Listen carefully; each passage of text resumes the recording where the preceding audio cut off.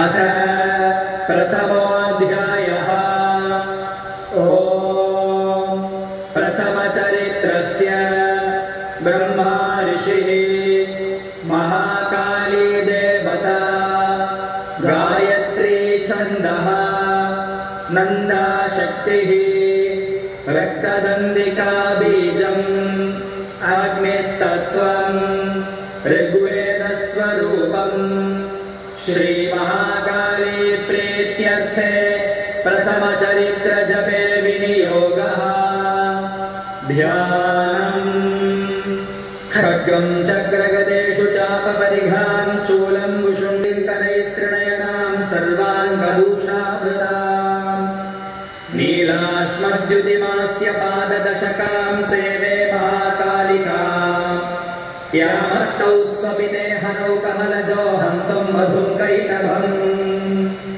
ॐ नमश्चण्डिकायै। ॐ ऐं मार्कण्डेय उवाच। सावर्णिः सूर्यतनयो यो मनुः कथ्यतेऽष्टमः। निशामय तदुत्पत्तिं विस्तराद्गदतो मम। महामायानुभावेन यथा मन्वन्तराधिपः स बभूव महाभागः सावर्णिस्तनयोररेः। स्वारोचिषेऽन्तरे पूर्वं चैत्रवंशसमुद्भवः। सुरतो नाम राजा भूत्समस्ते क्षितिमण्डले। सोचिन्तयत्तदा तत्र ममत्वादृष्टचेतनः सः सपृष्टस्तेन कशीर्निरस्तो भवान् लुब्धैः पुत्रदारादिनिर्धनैः। तेषु किं भवतः स्नेहमनुबध्नाति मद्गतं वचः। किं करोमि न बध्नाति मम निष्ठुरतां मनः। यैः सन्त्यज्य पितृस्नेहं धनलुब्धैर्निराकृतः। पतिस्वजनहार्दं च हार्दि तेष्वेव मे मनः।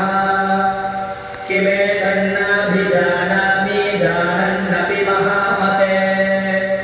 यत्प्रेम प्राणं चित्तं विगुणेष्वपि बन्धुषु। तेषां कृते मे निःश्वासो दौर्मनस्यं च जायते।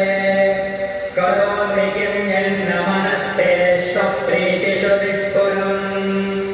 मार्कण्डेय उवाच।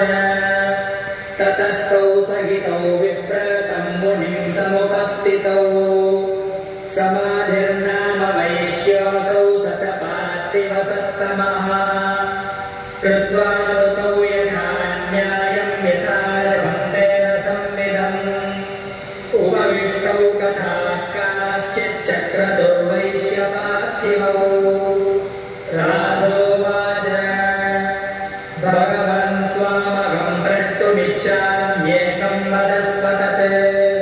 दुःखाय यन्मे मनसः स्वचित्ताय ततां विना। मम त्वं गदरारैर्भृत्यैस्तथोज्झितः पृष्टमानसौ। तत्किमेतन्महाभाग यन्मोहो ज्ञानिनोरपि। ममास्य च भवत्येषा विवेकान्धस्य मूढता। ऋषिरुवाच। ज्ञानमस्ति समस्तस्य जन्तोर्विषयगोचरे। विषयश्च महाभाग याति चैवं पृथक् पृथक्। दिवान्धाः प्राणिनः केचिद्रात्राबन्धास्तथा परे। केचिद्दिवा तथा रात्रौ प्राणिनस्तुल्यदृष्टयः।